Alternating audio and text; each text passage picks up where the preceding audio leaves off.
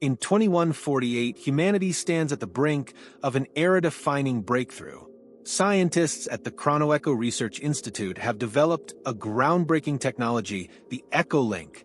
This device, powered by advanced quantum computing and temporal energy, allows users to hear faint echoes from possible futures, a revolutionary attempt to let humanity listen to its own fate. The project is controversial, heralded by some as a marvel and condemned by others as dangerous meddling. Despite the mixed reactions, the EchoLink has garnered immense funding from the World Advancement Council, an organization of powerful global leaders who believe the EchoLink will guide society to a brighter future by letting humanity glimpse its potential paths and avoid catastrophic outcomes.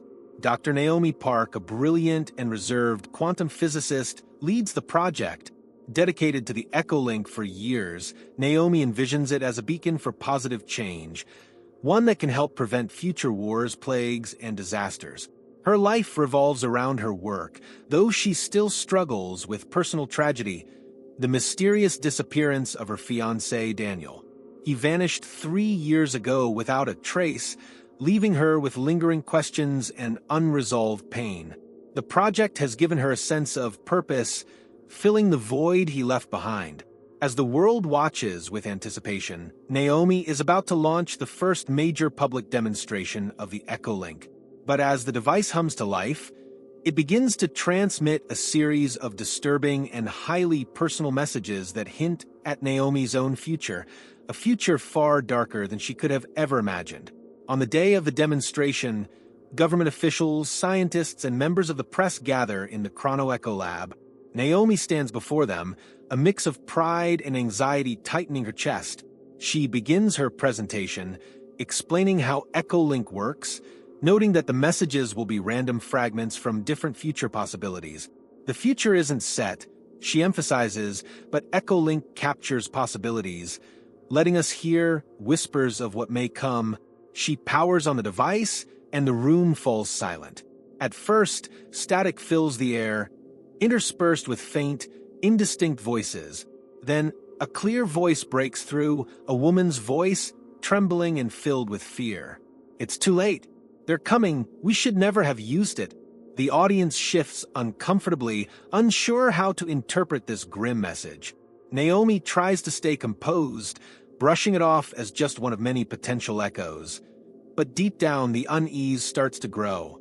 Throughout the day, the EchoLink delivers similarly ominous messages, some referencing natural disasters, others alluding to conflicts. But one message haunts her above the rest. Late in the day, a voice comes through clearly, soft but unmistakably familiar. It's Daniel's voice calling her name.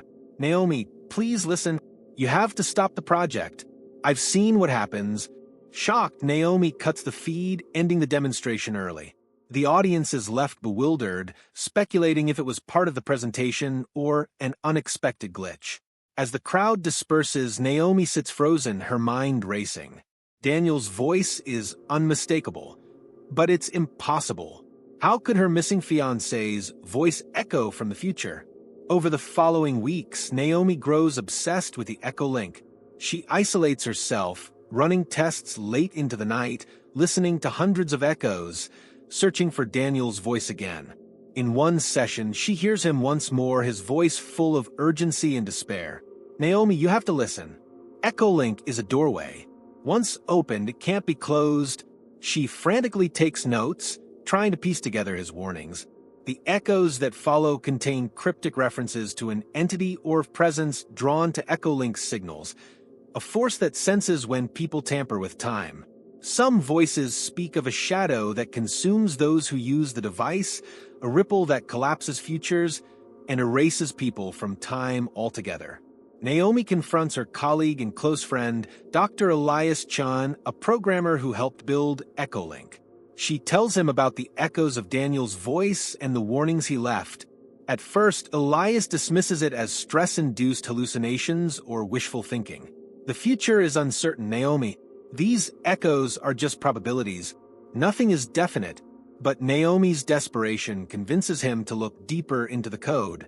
To his horror, Elias discovers lines of unauthorized code embedded in Echolink labeled Temporal Gatekeeper. It appears to be a failsafe and embedded subroutine designed to monitor attempts to access forbidden futures. Elias admits he doesn't remember programming it, and they realize someone else may have altered the device. Someone who wanted to hide the risks? Determined to find the truth, they delve further, uncovering references to a Protocol Zero, a classified protocol buried within the device. Protocol Zero, they discover, is a safeguard against interactions with entities from other timelines. It warns of beings that hunt for individuals who try to alter or foresee their fates, erasing them to protect the integrity of time. One evening, as Naomi pushes herself to the edge of exhaustion, the Echolink comes alive with a series of powerful, overlapping voices. These aren't the usual faint echoes, but booming, urgent messages, all in Daniel's voice, overlapping and creating a cacophony of warnings. Naomi, it's watching. It knows you're listening. Stop before it's too late.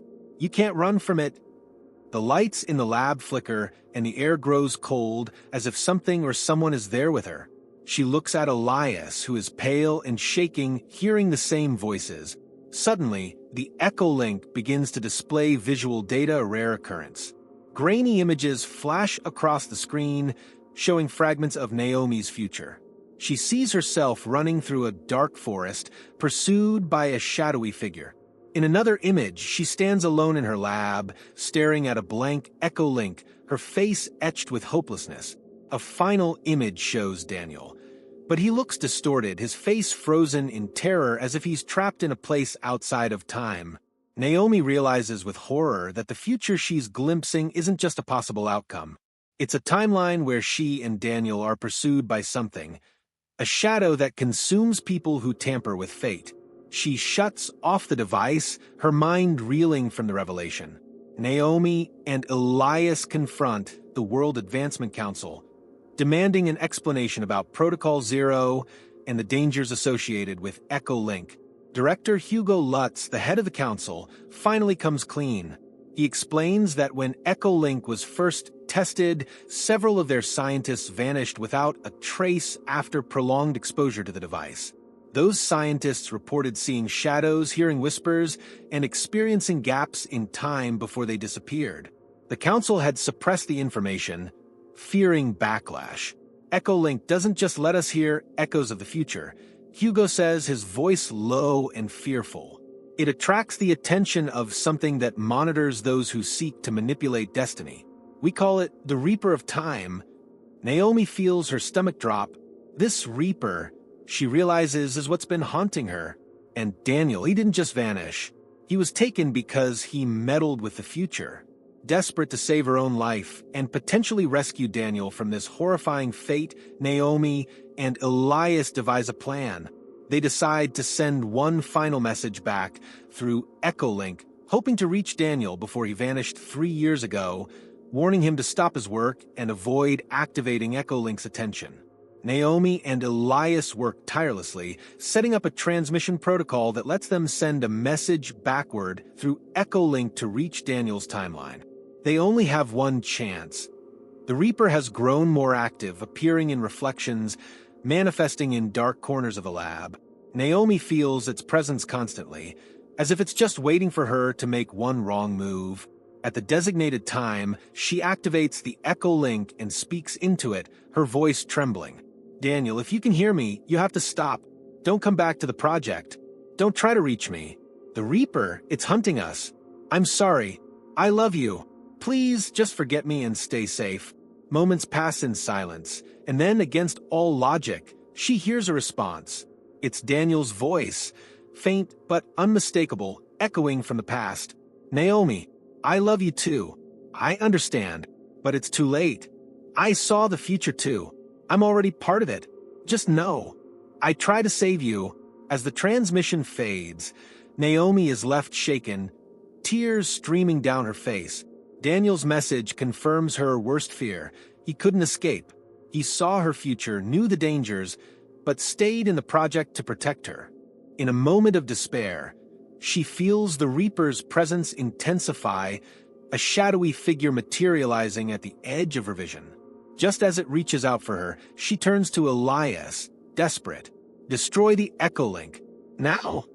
Elias hesitates, then smashes the device with a fire extinguisher, severing their connection to the future and hopefully ending the Reaper's pursuit. Days later, Naomi sits alone in the empty lab. The Echo Link is gone, destroyed beyond repair, and the project has been officially terminated by the Council. They've decided to bury the research, hoping to avoid any further tampering with time. But the memories of Daniel's voice and the haunting presence of the Reaper linger in her mind. As she clears her desk, she finds an old photograph of her and Daniel, taken the day he proposed. On the back, he'd written, "Together no matter what." She holds it close, a bittersweet reminder of his love and sacrifice. Just as she prepares to leave, her computer screen flickers to life on its own. For a brief moment, she sees Daniel's face, smiling faintly before the screen goes dark again. A final echo, perhaps, or a message from a place beyond time. Naomi whispers softly, "Goodbye, Daniel," and steps out of the lab, ready to face a future that, while uncertain, is finally free from the shadows of Echo Link's haunting echoes.